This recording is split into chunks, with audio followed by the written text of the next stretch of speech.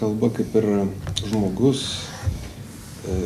jeigu jis visą laiką gyvena nelaisvėje, jis nežino, kad egzistuoja kiti, egzistavimo būdai. Ir šiuo atveju taip yra su lietuvių kalba. Mes esam įpratę, kad ta kalba mums formuoja ir mes paklūstam, formavimą.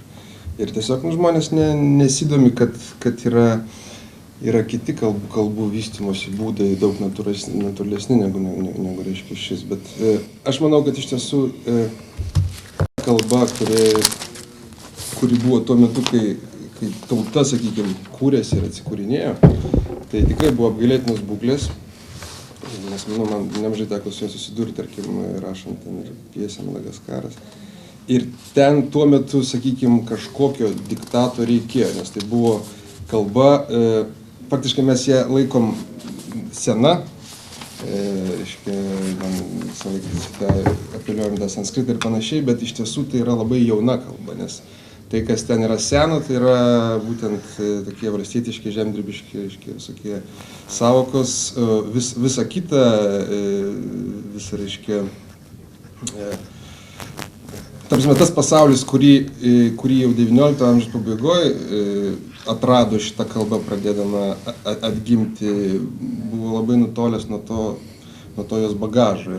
Ir iš tikrųjų mes turim kalbėti apie jauną kalbą, kuri buvo, sakykime taip, įvesta kariuomenė į tą kalbą, tokia buvo karinė padėtis, kad maždaug ją iš tikrųjų apsaugot galbūt nuo tų visų svetimybių, kuri buvo pilna.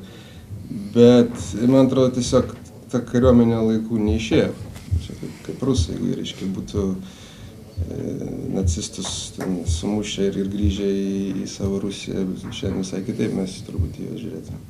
Taip ir čia tiesiog šiandien, man atrodo, nebėra reikalo taikyti tą karinę padėtį lietuvių kalbą, nes jin yra labai grina, sakykime, per grina, lyginant su aplinkinėmis kalbomis, ten lenkų, rusų ir kitomis. Ir labai skurdi. Labai, ta prasme, iš tikrųjų, tarkim, ypač susiduriant, rašant, jinai labai literatūrinė, kas yra didžiulė jos blogybė.